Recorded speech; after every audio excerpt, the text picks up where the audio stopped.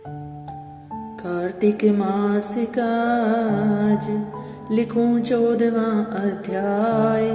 श्री हरि कृपा करे और श्रद्धा प्रेम बढ़ाए। हर हर महादेव। कार्तिक मास महात्म्य कथा का 14वां अध्याय। 13वें अध्याय में जलंधर सभी वेद मंत्रों को प्राप्त कर सुखपूर्वक राज्य करने लगा। उसके राज्य में सभी सुख सुविधाएं थी, सभी समृद्ध थे, सभी सुख से रह रहे थे। आगे की चर्चा आज के अध्याय 14 में कि आगे क्या हुआ। बोले श्री विष्णु भगवान की जय। इस प्रकार जलंधर को धर्म पूर्वक राज्य करते हुए देखकर देवता क्षुब्ध हो गए। उन्होंने देवादिदेव शंकर का मन में स्मरण करना आरंभ किया। तब भक्तों की कामना पूर्ण करने वाले भगवान शंकर ने नारद जी को बुलाकर देव कार्य की इच्छा से उनको वहां भेजा।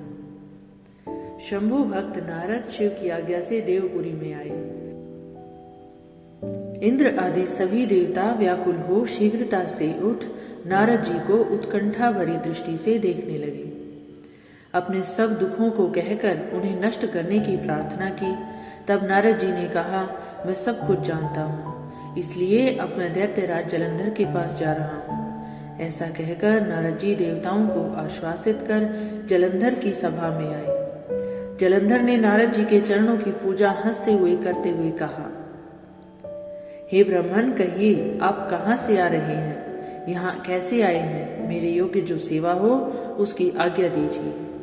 नारद जी प्रसन्न होकर बोले, हे महाबुद्धिमान जलंधर, तुम धन्य हो। मैं स्वेच्छा से कैलाश पर्वत पर गया था, जहाँ 10,000 योजनों में कल्प वृक्ष का वन है।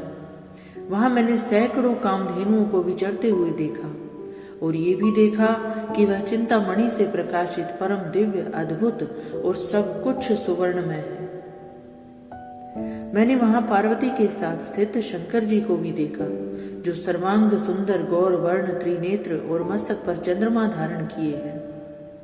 उन्हें देखकर मुझे बड़ा आश्चर्य हुआ कि इनके समान समृद्धिशाली त्रिलोकी में कोई है या नहीं। हे दैतेंद्र, उसी समय मुझे तुम्हारी समृद्धि का स्मरण हो गया और उसे देखने की इच्छा से ही मैं तुम्हारे पास चला आया हूं कि भगवान शंकर के अतिरिक्त तुम्हारे पास से ही इतनी समृद्धि हो सकती है, इसलिए मैं यहाँ तुम्हारे पास चला आया। ये सुन जलंधर को बड़ा हर्ष हुआ। उसने नारद जी को अपनी सब समृद्धि दिखला दी। उसे देख नारद जी ने जलंधर की बड़ी प्रशंसा की और कहा कि निश्चय ही तुम त्रिलोकपति होने के योग्य थे। ब्रह्मा जी का हंस युक्त विमान तुम ले आए हो और द्युलोक, पाताल लोक और पृथ्वी पर जितने भी रत्नादि हैं सब तुम्हारे ही तो हैं। ऐरावत, उच्चैश्रवा, घोड़ा, कल्प वृक्ष और कुबेर की निधि भी तुम्हारे पास है। मणियों और रत्नों के ढेर भी तुम्हारे पास लगे हुए हैं। इससे मैं बड़ा प्रसन्न हूं, लेकिन तुम्हारे पास कोई स्त्री रत्न नहीं है। उसके बिना तुम्हारा ये सब रत्न, तुम्हारी ये सारी समृद्धि फीकी है। तुम किसी स्त्री रत्न को ग्रहण करो। नारद जी के ऐसे वचन सुनकर दैत्यराज काम से व्याकुल हो गया। उसने नारद जी को प्रणाम कर पूछा कि ऐसी स्त्री कहाँ मिलेगी जो सब रत्नों में श्रेष्ठ हो। नारद जी ने कहा, ऐसा रत्न तो कैलाश पर्वत में योगी शंकर के ही पास है।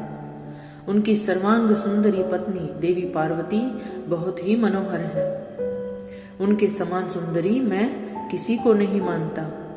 उनके समान सुंदर कोई भी नहीं है। उनके उस रत्न की उपमा तीनों लोकों में कहीं नहीं। देवर्षि उस दैत्य से ऐसा कहकर देव कार्य करने की इच्छा से आकाश मार्ग से चले गए। कार्तिक मास महात्म्य कथा का 14वां अध्याय यहाँ समाप्त होता है। आगे देवर्षि द्वारा कही गई बातों का जलंधर पर क्या असर हुआ, आगे क्या घटना वृत्तांत हुआ, इसकी चर्चा अध्याय 15 में। आगे की कथा सुनने के लिए आप मेरे चैनल से जुड़े रहिए। चैनल को लाइक, शेयर और सब्सक्राइब जरूर कीजिए। हर हर महादेव।